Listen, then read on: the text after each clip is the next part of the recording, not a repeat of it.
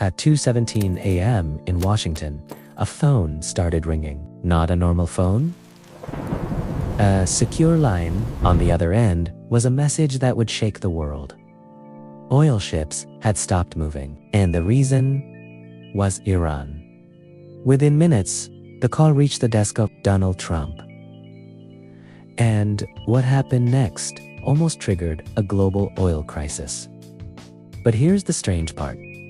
Some experts believe this wasn't just about oil. It was about power. There is a narrow strip of water in the Middle East called the Strait of Hormuz. It's only about 33 kilometers wide, but something unbelievable happens there. Nearly 1/5 of the world's oil passes through it every single day. If this waterway closes, oil prices could explode, economies could collapse, and suddenly, in early 2026, ships started turning around. Why? Because tensions between the United States and Iran were rising fast.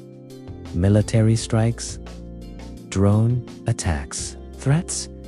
The world was holding its breath. Analysts warned oil prices could jump to $150 per barrel if the strait shut down, but something even stranger was happening behind the scenes. For years, the US had been trying to choke off Iran's biggest source of money, oil.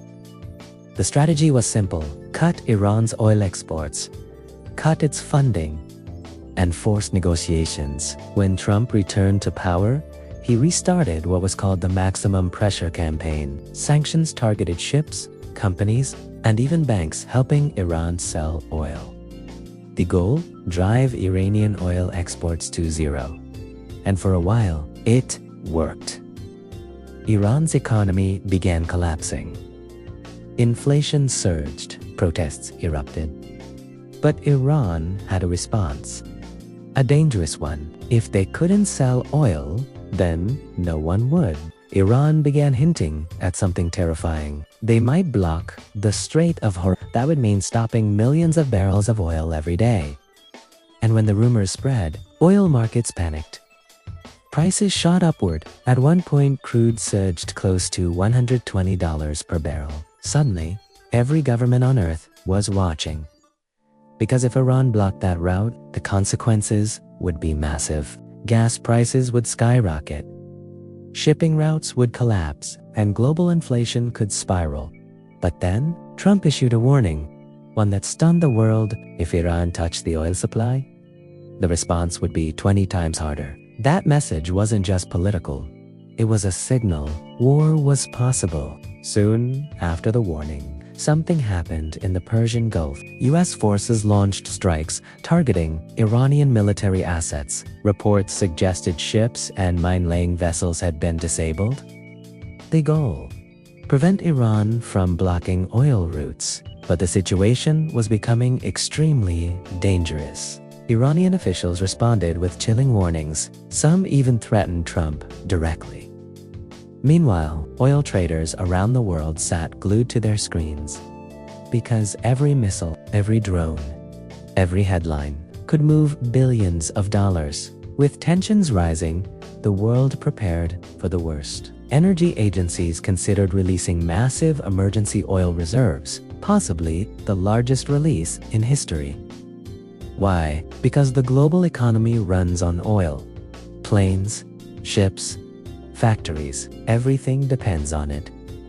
If supply disappears, everything becomes expensive overnight. But then something unexpected happened. Trump suddenly said the conflict could end very soon.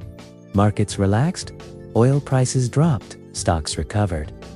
But analysts weren't convinced, because behind closed doors, the tension hadn't disappeared, it had only paused. Here's the reality most people never hear.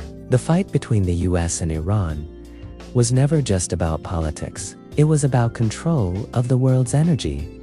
Who controls oil, controls the global economy.